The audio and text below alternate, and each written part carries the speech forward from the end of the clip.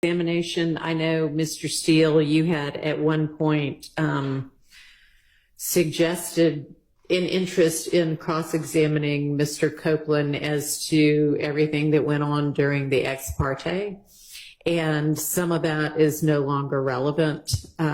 Where Judge Glanville pressured him, as well as Ms. Hilton. So I believe that it does go to his state of mind while he started to testify. Your Honorable Court, correctly, in my understanding of the law, told him what is his options and how long he's looking in custody, and told him, I believe, the decision's his. The legal decision, though, will trigger you to have to exercise your discretion and hold him in contempt.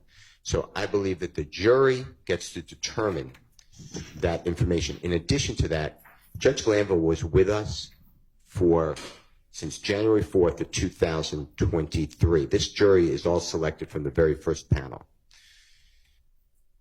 To me, he was biased in front of the jury. I understand that what you said, that, no statement, I appreciate what you said. No statement made by the former court disparaging of lawyers should be considered, or whatever the words were. But there's also going to be a jury instruction that nothing that the court says is intimated an opinion. And I disagree in this case with that instruction. I'm going to object to that instruction. I will make it clear I am excluding this honorable court. But Judge Glanville pressured him. And I will argue to the jury that Judge Glanville was biased. And that is admissible because it all happened in front of the jury. That comes out when Judge Glanville specifically says, and I don't remember the transcript page right now, but it's something to the effect of, we need your testimony. There's no we. Nobody needs anybody's testimony. If he didn't, what I'm trying to make to you is that all came out in front of the jury. So yes, I am going to intend to do, I will follow your rule, obviously, but I intend to cross-examine Mr. Copeland, not only what was said by Ms. Hilton, but what was said by Judge Glanville. I will be respectful. I'm not here to, throw some odd names about Judge Glanville. I will just be very specific. And then if he doesn't answer my questions, I'm stuck with his answer of, I don't recall, or whatever has been going on in this courtroom. But I don't believe that you should limit the cross-examination. I didn't do that. All that to me, that was very hurtful to me. And I don't mean hurtful. I mean, it was offensive to our law. That's how I took that.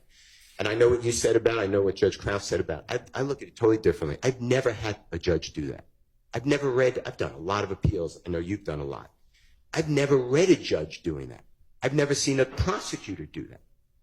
So I think that the jurors are entitled. I think Mr. Williams, because he's the one who, God forbid, gets sentenced if I lose, I think they are entitled to know what caused Mr. Copeland from the 7th to be locked up. The jurors saw that. They saw that. He was testifying. He answered maybe 3 questions, maybe 5. He said, I'm not testifying. He invoked his 5th.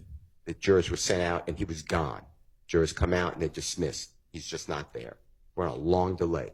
I think that it is not irrelevant to this matter.